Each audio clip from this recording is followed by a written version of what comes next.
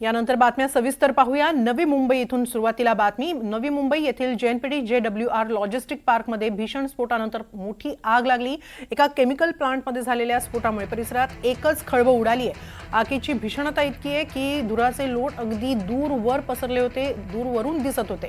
या केमिकल प्लांटमध्ये एकामागोमाग 3 स्फोट झाल्याची माहितीही मिळते आहे। स्फोट झाल्यानंतर घटनास्थळी एकच धावपळ उडाली।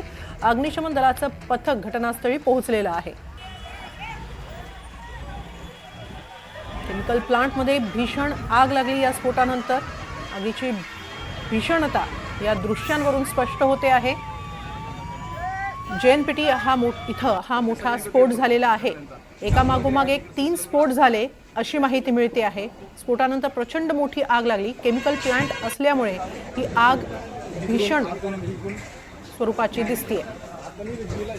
याबाबत अधिक माहिती घेऊया आमचे प्रतिनिधी ऋतिक गणकवार यांच्याकडून। ऋतिक, सध्या काय स्थिती आहे, काय माहिती मिळते? नक्कीच एकंदरीत आपण बघितलं तर काही तासांपूर्वी हा JWR लॉजिस्टिक आहे JNPT बंदरामध्ये हे एक हब आहे।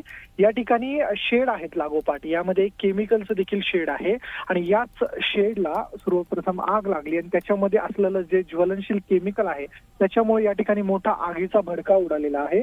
सुदैवाने हे एकच केमिकल प्लांट आहे आणि आजूबाजूला वेगवेगळे शेड आहेत जे कार्गोचे शेड आहेत।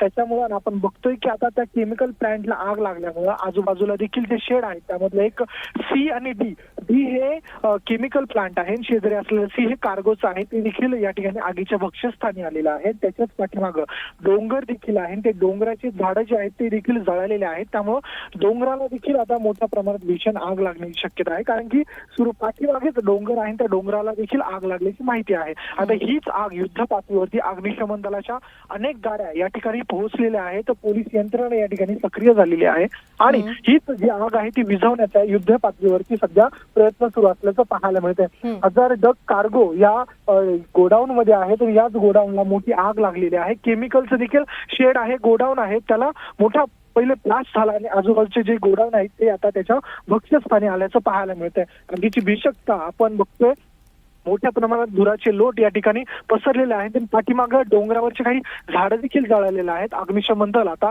युद्ध पातळीवरती ही परिस्थिती नियंत्रणात आणण्याचा प्रयत्न करते। नक्की, धन्यवाद ऋतिक, आपण दिलेल्या या सविस्तर माहितीबद्दल।